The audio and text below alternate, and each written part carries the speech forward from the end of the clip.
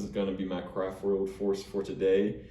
It's all going to be one custom Craftworld, which will be Children of Prophecy and Expert Crafters for the Craftworld traits. First, I have a patrol detachment led by a Farseer who has Doom, Fortune, and Smite on him, as well as a Singing Spear.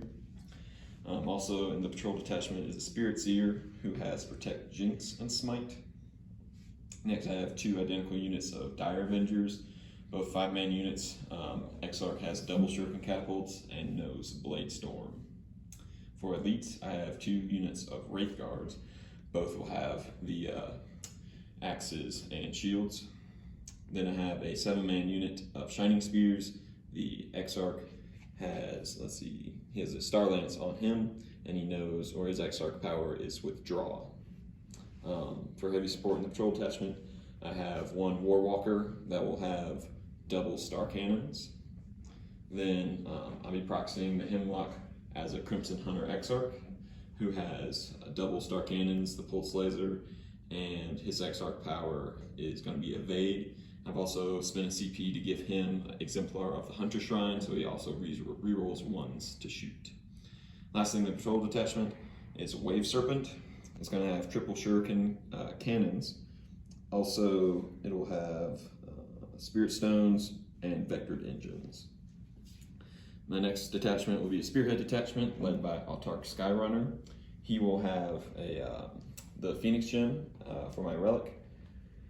Next to the 5-man unit of Dark Reapers, the Exarch has Rapid Shot. They all have Reaper launchers. And then two identical Night Spinners, no upgrades on those. And I forgot to mention my Spirit Seer will be my Warlord. And he will have, I believe it's Seer of the Shifting Vector, to just give him a free reroll every round. Probably going to use for casting Psychic Powers. Here's my list that we're going to be running today. It's a full battalion detachment of Iron Hands. And to start off, we have my Chapter Master right here. He's got a Grav Gun and a Power Fist. And then we have Pharaohs with his standard equipment. We have Indomitus Lieutenant. He's got that new Neo Volkite pistol, his Storm Shield, and then a Power Sword. Then we also have the Company Champion here. He has the Combat Shield and a Power Sword. We also have the Judicar, who has his special little sword there, and then his little ability where he chooses one unit to fight last. We have a Redemptor Dreadnought with the big-ass Gatling gun, and then the Power Fist and another little flamer under here. We have two Repulsor Executioners where each one has the Heavy Laser Destroyer and then pretty much all of the other weapon options selected. And then we have one unit of Eradicators and 4 units of Intercessors. These guys are running the Auto Bolt Rifles and the Sergeants have Thunder Hammers. These guys are running the regular Bolt Rifles and the Sergeants also have Thunder Hammers. It's just not on the actual model. And then we have a Primaris Ancient and then 1 unit of Incursors. Additionally, we have the Primaris Apothecary over here, and he's going to be the Warlord today.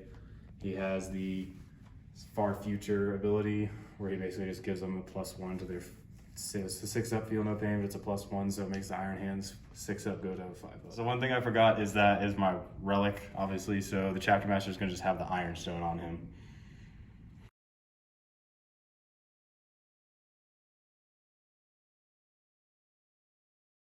All right, they're rolling off to see who is attacker and defender. Oh no. Ah, yes. You're gonna be attacker or defender. So I'll be defender. I'll choose this side. It means you got this side, Jacob. All right, so for the mission, the 4 pillars. Jacob, his Iron Hands, he chose Attrition, Bring It Down, and Engage in all fronts for his secondaries, and he starts with 9 CP. And then Nate's Eldar, he chose Engage in all fronts, Assassinate, and Siphon Power, which is the mission specific. And he has 8 command points.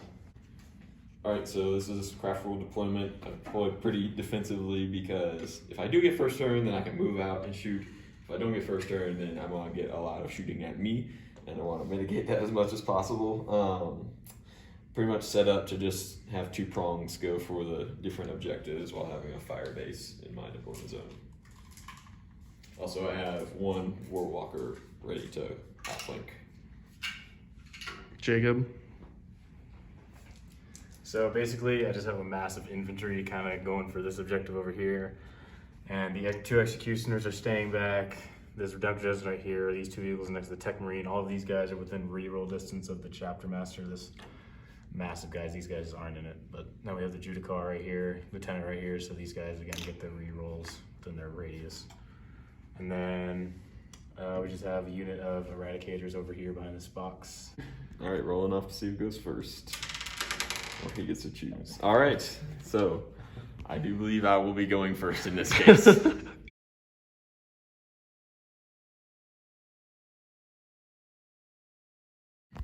All right, so this is Craftworld movement for turn 1. Pretty much just kind of swoop some things around this way to try and contest that objective with all those intercessors he's got over there. And then also I managed to get some Dire Avengers so that they're holding this objective. And pretty much just set up to do some shooting this first turn. But at the end of my shooting phase, I managed to knock off all but 2 wounds on this Executioner, and if he hadn't made some 6-up saves, it would be dead, which is quite devastating. But I pretty much just kind of moved and did some positioning this turn. Shooting was a little less effective than I wanted, but it's still... You killed an Intercessor. Yeah, I killed 1 Intercessor, so that was pretty good. So Even with the Apothecary. yeah. So yeah, that's my turn, and then I managed to get engaged on all fronts this turn.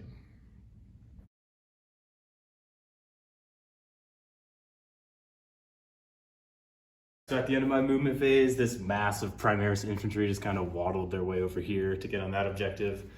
This Executioner didn't really move too much. He just moved a little bit out to get a better line of sight, but he's staying within 3 inches of this objective. Pharaohs came over here to heal this tank up, and he actually did 6 wounds off of it. I used the stratagem where he can heal twice in 1 turn for CP. The Eradicators advanced from over behind this building to over here just to get closer to this objective, and the Redemptor Dreadnought just did its normal movement out here. So for my shooting phase, I was able to take out his flyer he had over here. It did crash and burn and did 1 damage onto one of the Death Guard hiding in here. You mean Wraith Guard. The Eradicators also helped out taking down the plane. They did 4 damage to it with 1 shot. I did a lot of damage to this transport over here. I got it down to 5 wounds. And also, what you guys didn't see is that my Apothecary brought this guy back, and then Pharaohs healed 6 wounds onto this tank.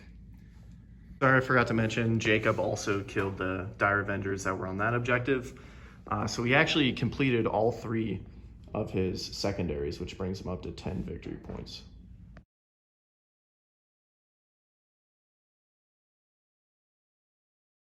For my movement phase, Wraithguard here got out of the Wave Serpent and moved up here to contest this objective, along with the Shining Spears coming in from the side here. The Wave Serpent hopped over the edge here, hoping to maybe charge this guy and lock him up for next turn, at least make him so he has to shoot him. Over here pretty much stayed put. A Warwalker came in from reserves to help with some shooting. Dire Avengers over here started to siphon power, and the Wraithguard just kind of shuffled around in case that Redemptor wants to come closer, they can charge out at it. For my charge phase, I tried to charge these guys over here into this Redemptor who has 1 wound left. Just couldn't quite knock that one off of them.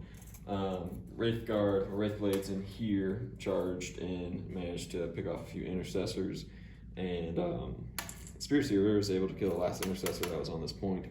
The Shining Spears charged in and got chosen by the Judicar to fight last, which was their death sentence. They're all gone now. If I should have waited till the next turn to do that so that they could actually fight first, but hindsight's 20/20. And I did manage to charge this guy over here, at the very least contesting that point. You also killed an Executioner this turn, didn't you? Yes, and yeah, I managed to use my Dark Reapers to kill the Executioner that was over here. So Nate scored 4 more victory points for engaging all fronts because he's in every quarter of the map. So he's at 12 victory points now.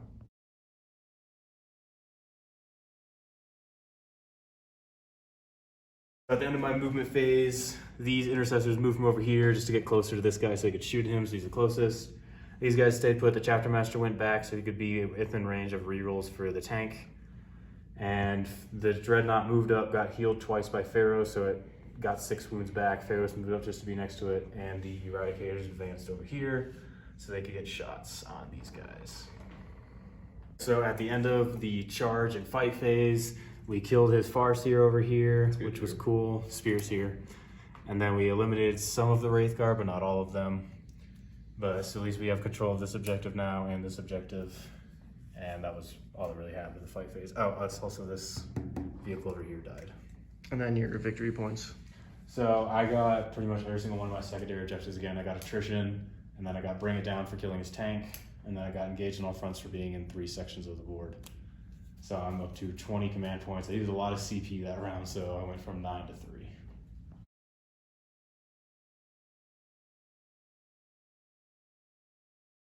So for my movement, I pretty much just moved out with us Wraith Guard to try and finish off that Redemptor in the charge phase. And then actually fell back with these guys over here, hoping to shoot them off this objective, and if there's any left, charge them. So after shooting and charging, I managed to take out the Redemptor over there. These Wraith Guard fell back and charged into the Intercessors, who got shot at with some firepower over here. It's really bad rolling. They didn't all die, and there was one left, and then this company champion heroically intervened around over there. So then Nate got, you also killed the Redemptor Dreadnought? Yes. Yep. He got engaged in all fronts, so he's at 21 victory points. And then at the start of Jacob's turn, he got 10 for his primary, so he's now at 30.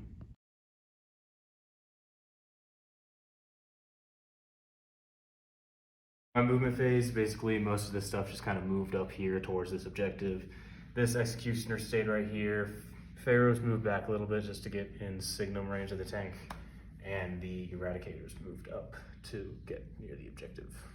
At the end of my turn 3, I was able to kill the Wraith Guard over here. I finished off one of his tanks over there, and I finally got the Wraith Blades off of this point over here. So I was able to get all of my secondary objectives again. I got attrition, bring it down, engage all fronts for another extra 10 VP, so I got 40 victory points.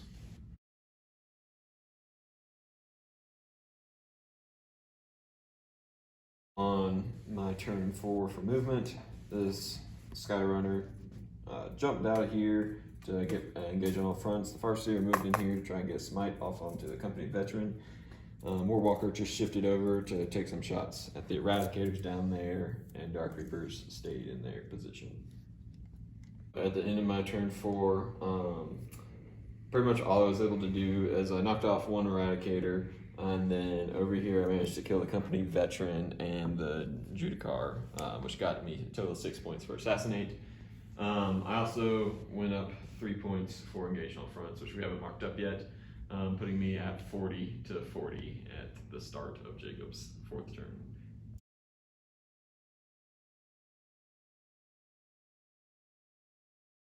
The end of my movement phase, pretty much all that happened over here is these Intercessors kind of pushed up a little bit just to see the Exarch over there. This guy pushed up to get in pistol range. Whoops.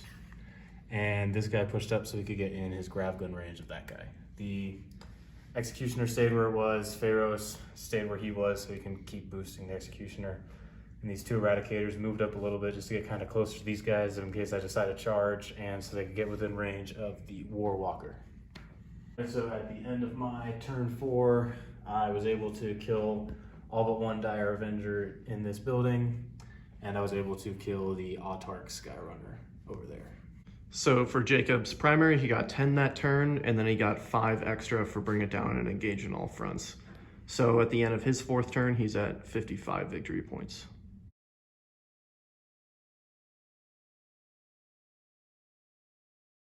So at the end of my turn, I moved up here and I was able to pick off the lieutenant between psychic powers and all my shooting. And yeah, that's pretty much it. I still hold these 2 objectives because of the lone Dire Avenger Exarch over there. I had to get engaged on all fronts this turn, which would mean I maxed out that objective. And yeah. So at this point, I'm just going to concede at the end of my turn. Jacob still has his turn 5 left to do, but there's no point. Obviously, I can't catch up to him because I don't have any turns left, and he's still ahead.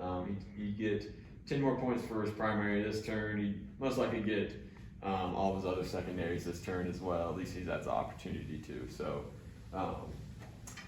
overall, pretty good game. Not as close as our other games, but still a pretty fun time. If I were to do one thing different, I probably would have just overall strategy, tried to not contest that objective with all those intercessor and infantry units, and just tried to focus on one side instead of trying to go for both. All right, I think the only thing that really could have gone better for me is I let my captain, who had the Ironstone, he kind of got away from all of my vehicles, so he couldn't exactly put the Ironstone on the vehicles for some of the turns, and that led to the death of the Executioner and probably the Redemptor. Also, for the Redemptor, I could have put Duty Eternal on it for 2 CP, and that might have saved it. If I put it on the initial turn, probably would have saved it for the later turn, so it would have survived longer. All right, thank you guys for watching. Please like and subscribe, and then also just put comments down below. Like, give us feedback on our channel, our videos, and like even our tactics. Everything helps. And according to YouTube statistics, 99.9% of you are not subscribed. So if you're one of the 99.9%, be sure to subscribe and be updated for future content.